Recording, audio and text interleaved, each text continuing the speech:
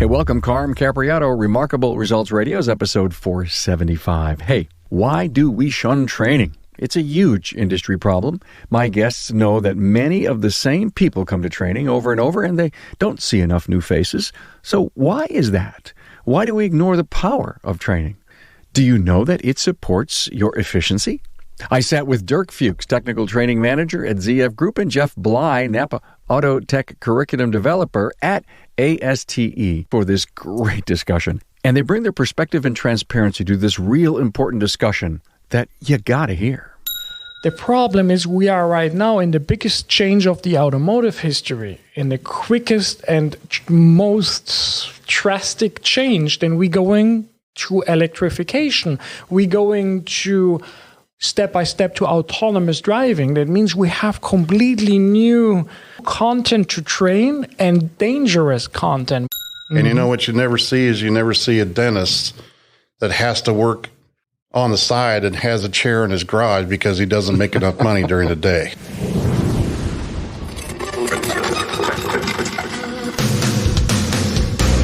Welcome, aftermarketers, to Remarkable Results Radio. Listen to learn just one thing from today's episode on your journey to remarkable results.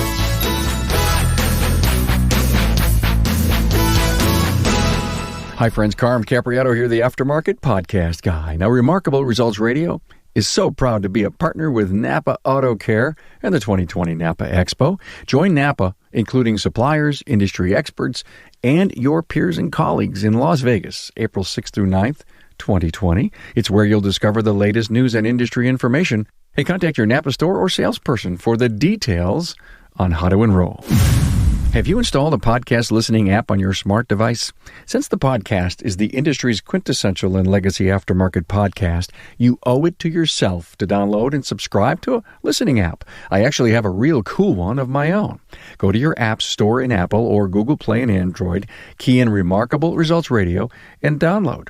And within 2 minutes, have the episode library at your fingertips. Link your smart device to your earpods or vehicle and enjoy Commuter University. Hey, you know I love my coffee, and I recently opened a Buy Me a Coffee link, remarkableresults.biz/coffee. So if you love what we do here on the Aftermarket's premier quintessential podcast, let's Java. My guests, Dirk Fuchs, Technical Training Manager at ZF Group, and Jeff Bly, NAPA Autotech Curriculum Developer, say that many young industry techs want and need training. But why aren't they getting it? Why do Canadians show up for more training at greater numbers than in the U.S.? What is the regarded training methods in the U.S. versus European? Is it knowledge-based or solutions-based training? All of these questions will be answered in this episode. And also, wait until you hear the story from Dirk on how a hybrid motor got trashed by a lube tech listening to the car's radio. They both agree that it is a risk not to know systems and understand today's newest diagnostic methods.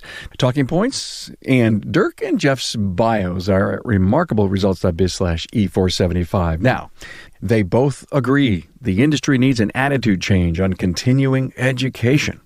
Why is it so hard to commit to?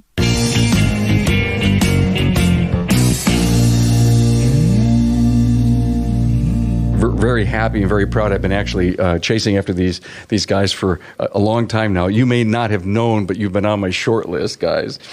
And we're here at ASTE in Cary, North Carolina, courtesy of the Independent Garage Owners of North Carolina.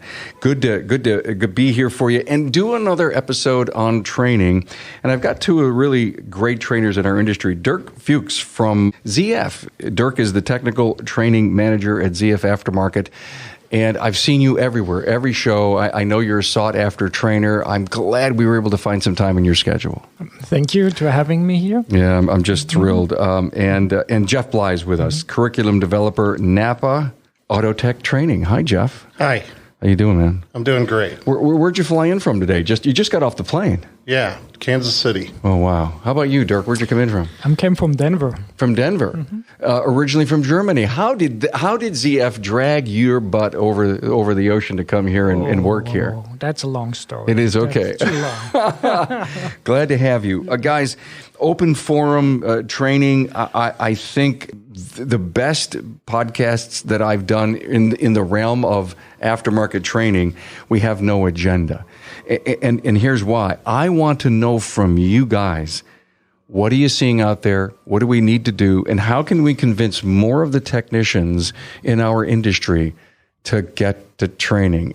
Do you see the same butts in the same seats every time you go out? Yes. More or less. Yes. More or less. Yep. And when you see somebody new, do you play to them at all? I mean, because you want them to keep coming back, and do you tell them it was the greatest investment they ever made is to go to training?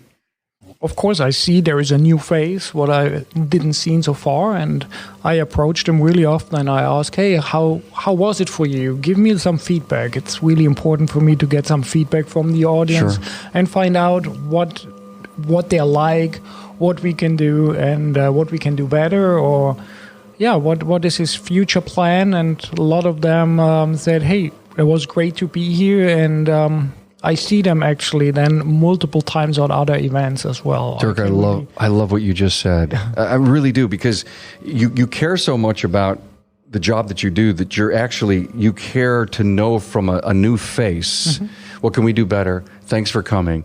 I think that touch, that personal touch, will motivate a person to change their commitment to training. And isn't that one of the biggest problems, Jeff, that we have in our industry is the commitment to training? I think Dirk hit it right on the head. I mean, we see the same guys a lot of times, and we ask them, what are we doing right? What are we doing wrong? What can we do different? What topics do you guys want to see as training? And they say, man, just keep doing what you're doing. We love what you bring to the table. And, everybody wants a little bit more hands-on. They think that they learn that way. They want more hands-on, but a lot of times the shop owners won't let them do the hands-on during the week, so it's like there's not enough time to do it that way. There's a lot of different opinions on what the best way to do that is. Do you take time off during the week, and then all of a sudden the P&L people are going, oh, that sounds scary to me. So, well, I'm not making any money. Well, if they're training during the day, I'm not getting my customers' cars serviced. All right. So we're just kind of stuck. So here's my question. Here it is. I know there's this fabulous hands-on seminar coming up in a month. My supplier came to me and says, hey, you got to go to this thing. I can't plan a month out that I'm going to be short of tech that day. Hello, industry. I'm talking to you.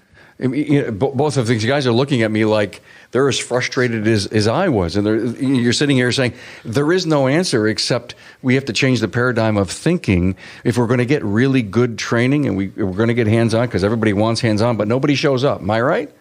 Yes. Yeah, the biggest problem, we just did a hands-on intermittent drivability class in Dallas, and there was only 9 guys that was there, and we had room for, double that. And you just can't get the guys to show up, and that was on a Saturday. So that was in Dallas. That was in Dallas. And that was on Saturday, where probably a great number of shops are closed. And so that excuse of, I can't fix my customer's car because I'm going to be short somebody, doesn't ride on that day. I just want to make a comment. My European German background and German education system is a little bit different.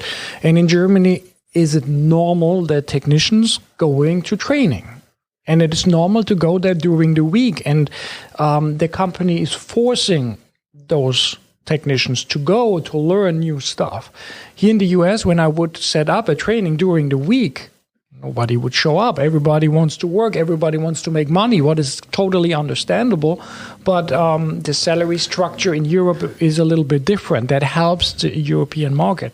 When I came here over, I had to change completely my setup and that, I have to train on the weekend. I have to do it on a Saturday, on a Sunday. And I traveled so much around this country on the weekend to be there for the technicians to train them. But we've seen it as well as you, that we have then 8, 9, 10 guys. We have classes when I go to Canada, for example. I don't know what's going on with these Canadians, but they show up. They're coming 30, 40, 50 people to a class, when in the US, maybe from time to time, only show up 8, 9. I had the same experience. I don't know. What's going on with Canada? Tell me. You guys live here forever. Are the Canadians much more smarter, or? Jeff, we have this platform right now. You bring up such a great point. I can't wait to dig a little bit more European U.S. thing. I just can't wait to do that. I see trouble on the horizon here, because the answer is that a lot of the technicians, especially the younger guys, some guys, I'm not going to try and typecast everyone, but some of the younger guys, they want to learn. They're hungry to learn. And those guys, you watch them, they're going to be shop owners one day. I know that. I have to stop you, because I'm looking around here at ASTE, and I am so impressed with the young people that are here. There's more young people than I remember last year. And as a contrast to our more established technicians who maybe, why do I have to go to training? I know it all. You were telling me earlier, Dirk, I work. I get my training when I work. Why do I need to go to a class? You know that that's not true. You know that people need training. What can we say right now to everyone who's listening?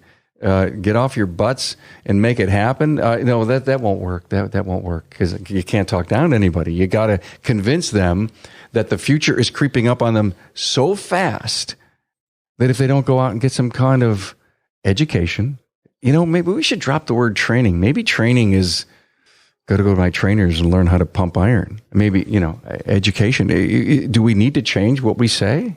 I don't think that we need to change what we say or what it's called. I just think that we need to find a way to change the attitude. Dirk says that they train completely different in Canada. They train completely different in Europe. And I believe that. I think that one of the problems that we have in this country is that, and I don't want to get political here, but, the newer generation, they work to live. They don't live to work. I've heard that before, yeah. And I believe it. I think it's one of those things where, what I do in my life, I'm married, I'm happy, that's all personal life, but I am what I do. Yeah. When somebody asks me, who are you, Jeff Bly? Yeah, I'm an automotive technician and trainer, and I love this industry, and I find a job to where I can talk about cars all day long, and somebody pays me to do it. Are you kidding me? Other guys, they go, oh, who am I? Well, I'm a lake guy. I love to go to the lake, and they don't even talk about their job. And so are you telling me that the younger are taking training more seriously? No, I'm saying that the younger guys they work only enough to support their lifestyle. Got it. And they don't. So if I'm going to go to training, pay me to go. Pay me to go and pay me to be there. And pay me to be there. And if I got a bad attitude while I'm there, then that's your problem. You're not there to watch me. Dirk, you've been here, 5 years? Correct. Okay, and so it's not fair. The question that I'm going to ask isn't fair, but I couldn't help, Jeff, when you said to me, we have to learn how to train differently. Are we scarred as an industry because for the last 30 years, it was the 2-3 hour class at night with the pizza and the sleeping, and I had to go because my supplier put me down for it, or I pay so much in my dealer marketing program that I get so many free classes a year, and we never took it serious like the European. It was almost more of a product we were selling and a marketing tool than it was a serious way to learn and get educated on and. Am I crazy to think that am I in the right pew, the right church, wrong pew? Oh, I think you're all over it. But Dirk, you haven't been around long enough to know this legacy way that we've always trained in our industry. The legacy way, and I think this is where a lot of the problem started, is that you didn't know what to expect. I've been going to classes since the 90s, and it was like, you really just don't know what to expect. Are you going to show up and it's going to be, you like the title. Let's say there's misfire, but then, let's go learn about diagnosing misfire. And then you get there and they want to sell you a piece of equipment. Oh, see, there you go. And then, or you go to the next misfire class and they really teach you some great stuff and they show you lab scope waveforms and they get you into it. And there still may be some equipment stuff that they talk about, but they're not trying to sell it to you. And then that was the legacy of training. And why did us new trainers come on board? And, I got some heroes out there. Mark Warren is one of my biggest heroes. And, he just told you straight up how it is. He told you, how the systems really work, to not use a flow charts, to think your way through it. And I just learned so much from that. When I saw him the first time at Vision, I was hooked. I knew what I wanted. I knew not only did he fix what I didn't know about cars, but I knew what I wanted to do from then on. Yeah. I wanted to be a trainer because I saw Mark Warren teach, and it was so impactful. Well, I've done an episode with Mark. Too much fun. I was hoping he would be here so that I could, laugh at the cocktail party tonight, my butt off, but he's not here.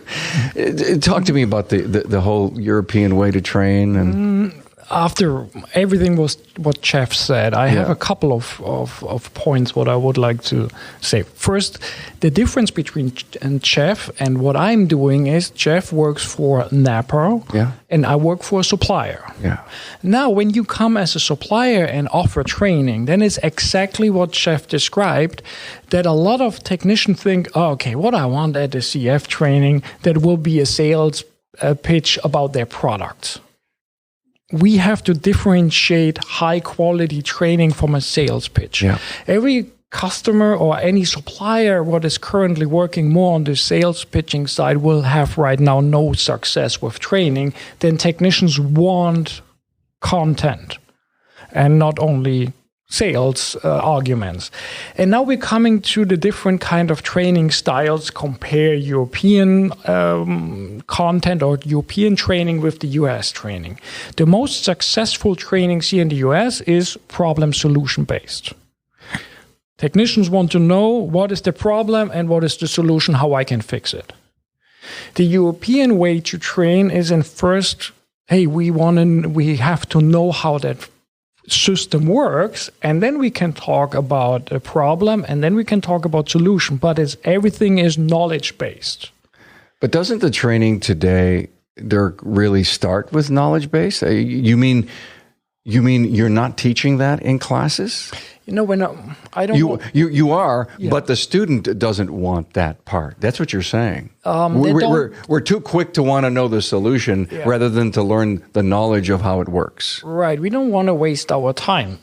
When I'm going on the transmission side, I see there are a lot of classes putting out where they're going and said, okay, the car this vehicle don't shift from the second and the third gear. The problem is pressure regulator, whatever failed, we had it a couple of times.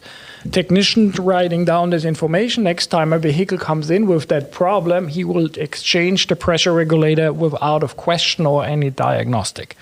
And hope, everybody had that same problem, should be that. And it's a fixed repair and it works to 95%. I don't say anything bad about this approach. The problem is we are right now in the biggest change of the automotive history, in the quickest and most drastic change. Then we're going to electrification. We're going to step by step to autonomous driving. That means we have completely new content to train and dangerous content. When I think there is a 400 volts battery pack in this vehicle, and I think, I put off the service disconnect, and I think now I'm safe to work on that system, then I have to say, no, there is capacitors in, they are maybe charged, somebody pulls, somebody touched something, he makes a mistake, and I'm sorry, he's dead. A lot of technicians also here in this country working a lot on experience. They didn't learn the knowledge of that technology. They have the experience how to change or how to repair something. So they want to dive in, try to figure it out on their own without really knowing. And when you work experience-based in my opinion is I make a mistake and I learn from my mistakes. When it comes to high voltage technology, please don't work with experience. Then you make this experience only once. You have to have knowledge base. But what ends up happening is that what those guys won't say is they're actually scared of that high voltage stuff. What they will say is, I'm not gonna work on those cars.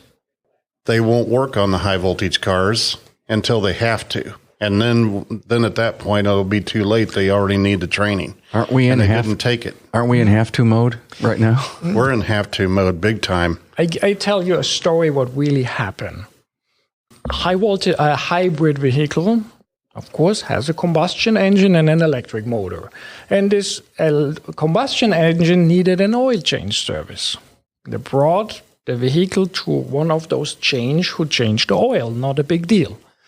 That vehicle was equipped with a nice Bose sound system. And when they drained the oil, they let their music run on this vehicle, and they figured out, we don't have those oil filters on stock. We have to order one.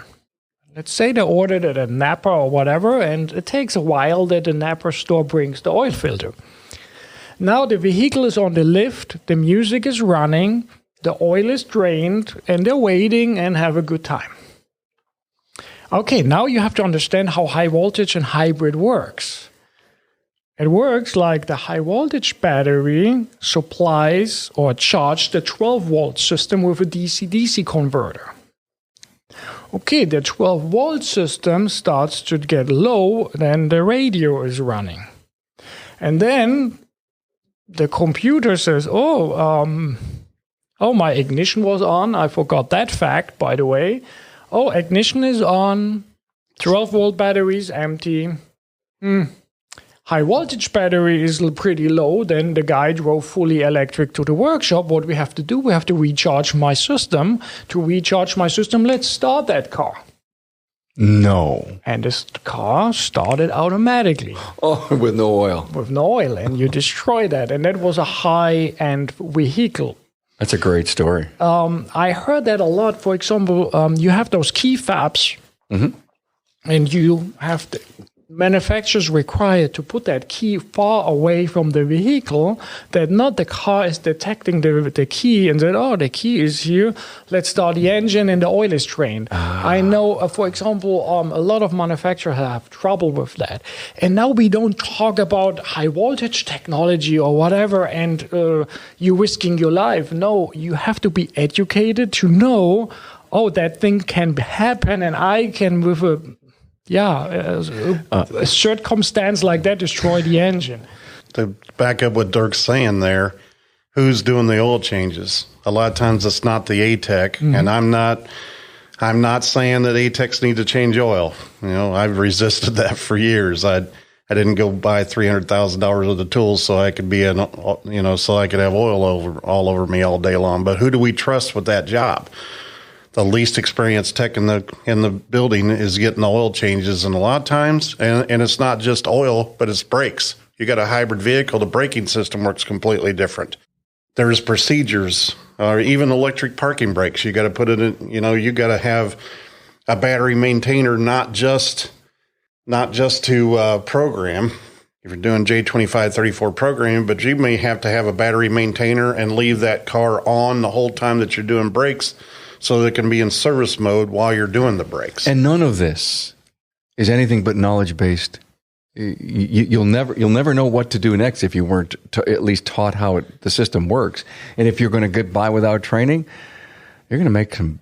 We always say that great master technicians broke a lot of things and all that great wisdom and experience. But today, I think your points are it's too risky to figure I could get by with how I did it in the 80s and in the 90s. It's almost like, and I love what you said, Dirk, it's knowledge-based training that we have to be worried about. We got to know how the systems work before we even dive in them. And if knowledge-based becomes where we need to go, then the problem-solving piece probably gets easier. Correct, yeah. Yeah. Hey, it's Carm here, talking to you about what the NAPA Auto Care Center program can do for your business. Now, you probably already know the NAPA brand is the most recognized and trusted name in the automotive aftermarket industry. In fact, studies show that 95% of consumers recognize NAPA and associate it with quality parts, service, and technical expertise. So why not complete a Pro Image upgrade and take advantage of that? Pro Image is a co-branding program for the exterior and interior of your shop. On the outside, it includes the NAPA colors and distinctive NAPA signage. While the public may know you as a reliable, locally owned business, a Pro Image upgrade helps set your shop apart from the competition even further. It's also a visual signal to customers and potential customers that you and NAPA are partners. Most importantly, Pro Image really works. This co-branding opportunity has helped NAPA Auto Care centers across the country increase their car counts and sales. In fact, those that have completed a Pro Image project enjoy an average 23% sales increase during the first year. Pro Image upgrades are also available for the interior of your shop. A Pro Image interior upgrade transforms your customer waiting area from merely utilitarian to warm and welcoming. The goal is to maintain your shop's independent identity while enhancing the customer's experience. You can get a free look at what a Pro Image exterior and interior upgrade could look like by visiting the NAPA Auto Care members site and clicking on the NAPA Pro Image link under the NAPA Pro Image tab. Or contact your local NAPA Auto Parts store. Your servicing NAPA store can tell you more about Pro Image, plus the hundreds of other reasons to become part of the NAPA Auto Care family, the largest network of independent automotive repair shops in the country. Yeah, I think the biggest problem, I think that where the problem really starts, we talked about how, and even, this may be one of the answers to what's going on in the United States, because we see a lot of shops, the best educated shops, they charge more because they understand the quality of OEM level equipment. Even if it's J2534 based, they're still using it. They understand the value of diagnostic time and how they need to charge differently for diagnostic time compared to straight up mechanical work, for instance. And therefore, they can afford the training. And they do make their technicians go to training. And we see these same guys. We'll see them at ASTE this weekend. We'll see them at Vision in Kansas City. We'll see them at other industry training. They'll travel and they'll close their shop or they'll make arrangements for their best technicians to be trained. Why? Because they know that I can't teach these guys to read thousands and thousands and thousands of technical service bulletins for all these different cars every year. So I need to be able to not make them just parts changers and some of the other training has gotten us to, or we got to be able to think our way through it. And when we don't understand it, when I don't understand a circuit, what do? I hook up every lab scope channel I possibly can to that system, and I learn it by default because I've got the whole circuit in front of me. Here's the inputs, here's the outputs, here's the powers and grounds.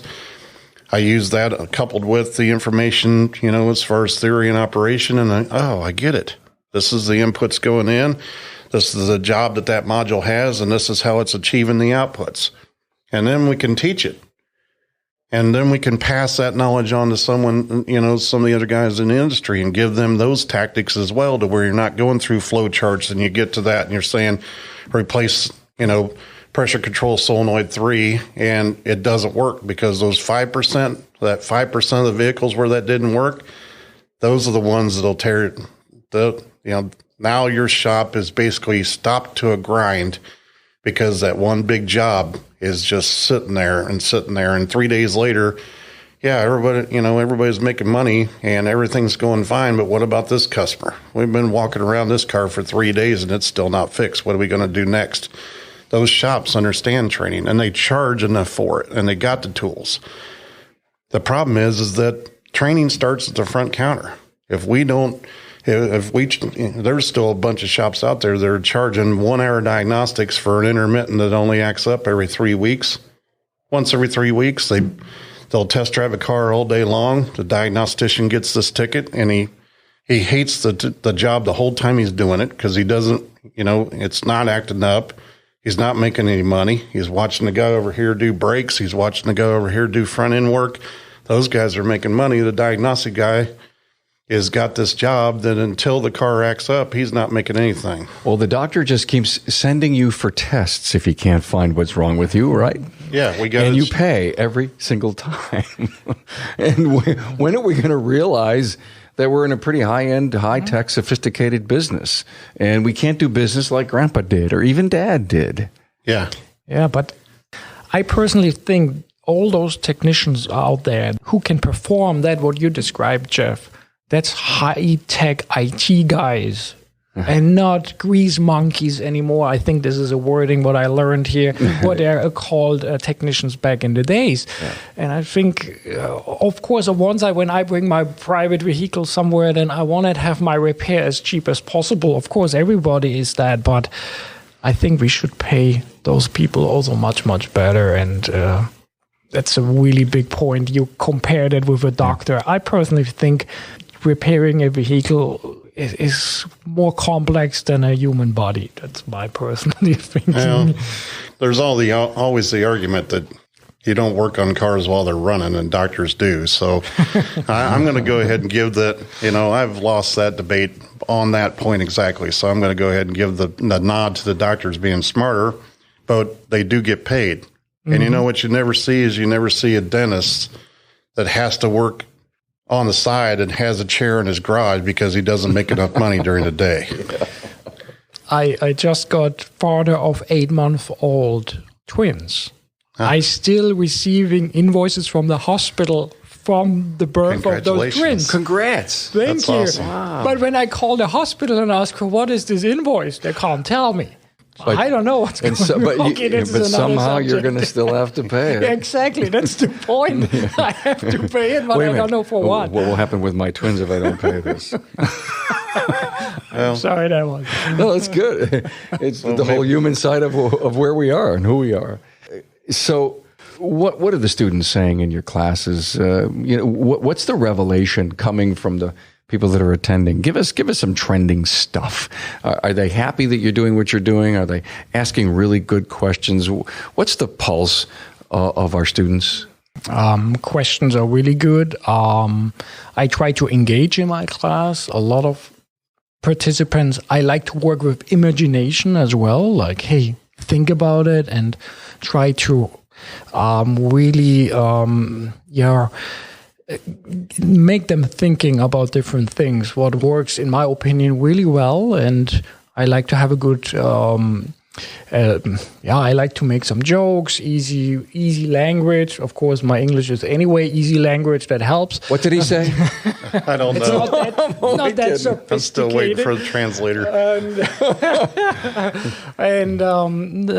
Feedback is really, really important. So you're happy to see the faces that you're seeing, but we're just not doing enough. I mean, we're just not doing enough. There's not enough people showing up at your classes.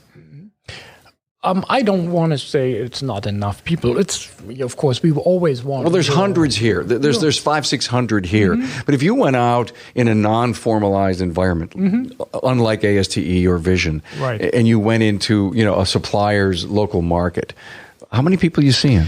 What we're doing is we try right now to bring the training to the workshop. That's another initiative, what we're doing on the CF side. We have some training vans, what are pretty good equipped with all our products, what we're representing and what we're producing. And then we have a huge, nice screen, and we come with these vans, bringing that to the workshop, and we're asking the workshop for time. Let's say we make a lunch and learn. Let's say they give us an hour and say, hey, our lunchtime, we pay them for lunch. And then we performing a training, for example, chassis diagnostic. But you're not selling product. We don't sell product. Okay. But the point is exactly that they think to the beginning when we introducing that, and we introducing that always with a wholesaler, that they think, okay, now another thing. They're doing their sales pitch stuff, and okay, we give them an hour at lunch. But when they're getting our training class, then they see, this is training. It's real. This is beneficial information. I have to listen to that. We're going out of this training from time to time 3 hours later. Then they ask so much questions. Yes. That means we have to adapt to the situation. That's what we're trying to bring the training to the shop. And that works really, really well. And we are good booked, and we're doing there a lot of things. This is one kind of training, and of course the other, all those shows what you already mentioned, that we're supporting that, and try to educate as much as possible. And CF is not a huge name here in the United States. When I'm coming to these classes and say, hey, I'm from CF, do you know what it stands for? Never heard about CF. Said, hey, Zahnradfabrik Friedrichshafen. What did he say? Can you please recall it? What did he say? Zahnradfabrik. I just call it ZF for short. Yeah. So. Thank you. Yeah, ZF. Very big in OE in Europe. Of course. And how about the and domestic? In the US as well. So you're the quiet giant. We are the second largest automotive supplier in the world. Wow. Yeah. And there's a whole bunch of us that didn't know that until now. Right. Everybody's using ZF technology in one way or another in transmissions. Who would be the first? Bosch? Bosch, yes. Okay. Too highly, if you're in the league of Bosch, when you say the word Bosch, you think of quality, high end. Now we know ZF is right there. And CF is going from it as transmission, but transmission is only now as a one product. We're going more and more the route with autonomous driving thing we have in south of Illinois, in a factory producing cameras and radar sensors there. And this is one of the most advanced factories possibly in the world. It's everything completely autonomous, producing cameras, high-end stuff, and all for Chrysler and other manufacturers. Is it for the current ADAS systems? Correct, yes. Okay, good. Yeah. And so many... I just recently heard that maybe Toyota and Nissan have the most ADAS equipped vehicles. Anyone? I may be wrong, but the fact of the matter is, a lot of them out there. People don't know that they even have them, how they work. That's a point. What I had with another colleague a discussion about. We talked all the time about technician education. What is with driver education, by the way, when it comes to those systems? And now a comparison to Germany as well, when you allow me that. In Germany, we have a driver license. To get the driver license, you have to have 40 theoretically hours and 40 practical hours, and then you are allowed to go to the exam. The driving school is the owner of the car. You're not coming with your private vehicle like here and say, hey, I want to make a driver's test. No, you drive with the driving school vehicle. And the driving school, they have always the newest vehicles. Then the manufacturer supporting them to give them new vehicles for low price, that the students driving the new Audi, Volkswagen, whatever, and say, oh, that's a nice car. When I have my license, I want to buy this one. And those vehicles are all equipped with those modern ADAS systems. And what is required in the German driver license exam is that the driving school gives the examinist a list of systems, what is in this vehicle. And then the examinist asks before they start driving, hey, can you explain me some stuff? Usually they have to explain where to check the oil, what is the tire pressure, some basic technical stuff. And now they ask, oh, I see this vehicle has lane assist. So what is lane assist? How works that? And they ask them these questions. A regular person who wants to make their driver license. And then they're driving, and this driving test is like in half an hour, and they have to go over the Autobahn, over the city, different terrain. And then there's the driver, the examinist says, okay, you told me about lane assist. Can you please switch on the lane assist and can show me how that works while driving? And then he has to switch on that stuff. He has to know how it works and have to explain it while driving. And that's standard what they're doing in Germany. There would be a lot less driver's license. Wow. in the United States. In our political climate here, yeah. Who wants to stand behind that one? Well, it's phenomenal. We did a show on the business of ADAS. It came out just yesterday. so people know when we're recording this.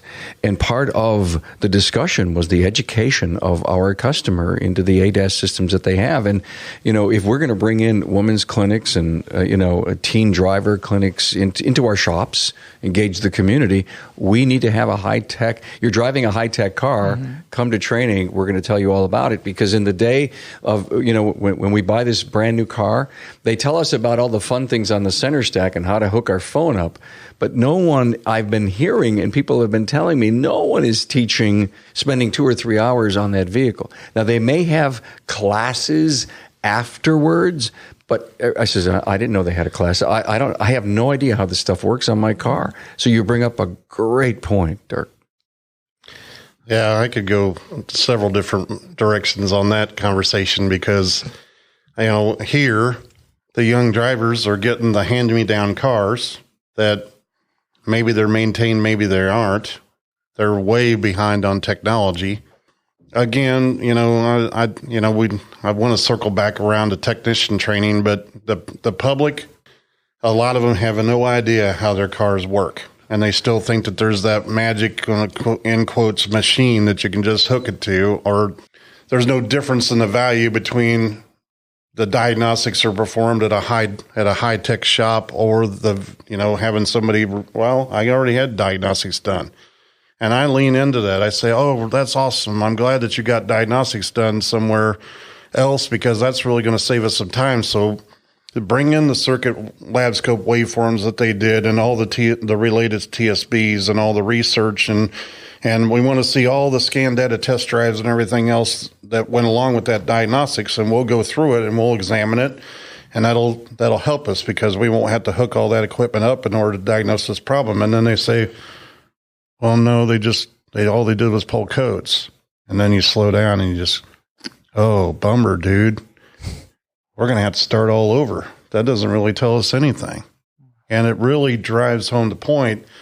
And any shop that thinks that, that there's a problem with somebody scanning codes for free is an issue, they really need to re-examine what they're doing, because if you can't show the difference between your diagnostics and them and just laugh it off, then you're doing something wrong. We're dumbing down sophistication, it seems, and the whole high tech of our world today by thinking that you plug something in the OBD2 port and you're solved. Or we're not taking the time to educate the customer. And here in the United States, we got to do it one by one. We just say, wait a minute, it's not that simple. Okay, they gave you a code, but that may not even be related directly to what's going on. That could be a symptom of what we need to really check. So just let us check it out. This is what it's going to cost you, but it's going to be testing. It's not just going to be we're going to give you actual test results. We're going to give you actual pencil and paper things that we're going to be able to show you what's happening next. And I think that's where we really need to start to change this education wave, is at the front counter. I think that the next big push is going to be going, and I love the lunch and learns.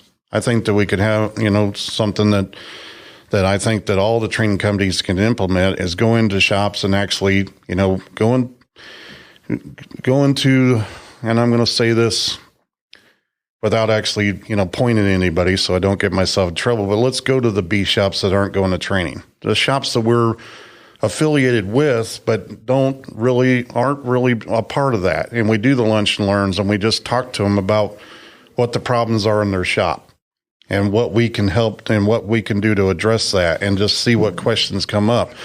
And I think the same thing will happen. Dirk, you said that sometimes at our lunch, the shop owner's in there, the technicians are in there, they're listening to you, they want to spend an hour with you. 3 hours later, nobody's mad that no money's been made, because they'll make that up. They'll kick it in high gear when they get back in the shop, and they'll be motivated and ready and even more excited about their industry, because they know that there's somebody out there willing to help them. And all of us, when it comes to training, I heard it said once, training has no color. I heard that from a competition trainer one time, and that really drove the point home. Just because I may wear a blue shirt and another guy wears a red shirt or whatever, doesn't mean that we can't, all support training together. And I want to circle back to one thing, what I wanted to open up. We talked a little bit about ADAS stuff, and we talked about what you were saying, Jeff. You called it, I think, B shops. Yeah. You know, you hear that always, and I'm 100% sure you heard it as well. Oh, that is, I'm not interested in that technology. I don't want to touch that stuff. We talked about the high voltage stuff where we said the engine got drained, the oil got drained, and we destroyed the oil. But what is happening, for example, when a vehicle comes in with an light-on radar sensor is not working, for example? And the order is only an oil change. They make an oil change, train the oil, that, there is a light on, I don't care, some ADAS stuff, I don't touch that stuff. The owner, takes the vehicle, goes out on the street, comes in a difficult situation, emergency braking is not operating, and he has an accident and is heavily injured or dead or whatever. Who is liable now for it? He was in a workshop who is an expert on vehicles. And nobody told him, the driver, hey, you have a problem here when your ADAS system is not operating, your emergency braking is not going, and when you have a problem, that car will not assist you. Nobody told him that. Who is liable now for that?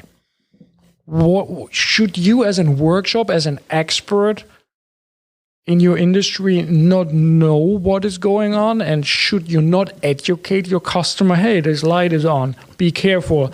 Please sign here off that I explained you the consequence of you going on the street with a vehicle what is not operating like it's supposed to be. I think this is a really important point to secure your life and your business in this case as a workshop owner. How many shops out there, if you asked them to define LiDAR, wouldn't even know what you would... Yeah, I think we need to talk more about it, but I want to thank you guys for this totally off-the-cuff dialogue here at ASTE. Dirk Fuchs, Technical Training Manager, ZF Aftermarket. We learned a lot about ZF today. Cool. And Jeff Bly, Curriculum Developer, NAPA Autotech Training. Guys, thanks for being here. Thanks. Thank you.